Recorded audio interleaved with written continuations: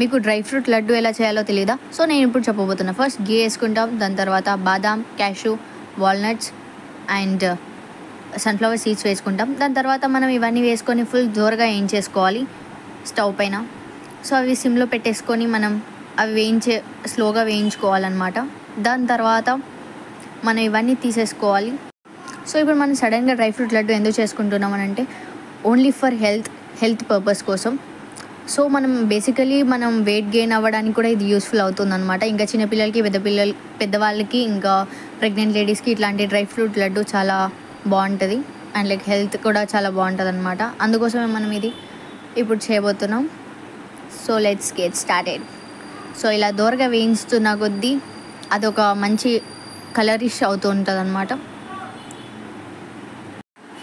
ఇదంతా వేయించిన తర్వాత మనం మిక్సీలోకి తీసుకుంటాం.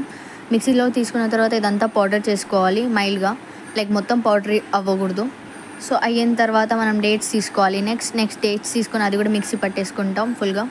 మిక్సీ పట్టేసుకున్న తర్వాత ఆ డేట్స్ ఏవైతే ఉన్నాయో అది మొత్తం పౌడర్లోకి మిక్స్ చేసుకోవాలి ఫుల్గా. సో దట్ మనం ఏదైతే ఉందో లడ్డు చేసుకోవడానికి అది కరెక్ట్గా ప్రాపర్గా వస్తుంది అనమాట. సో ఇలా రౌండ్గా లడ్డు చేసుకుంటాం అండ్ దెన్ ఫైనలీ మనకి లడ్డు రెడీ. సో చూసేయండి మన లడ్డు ఎలా ఉందో.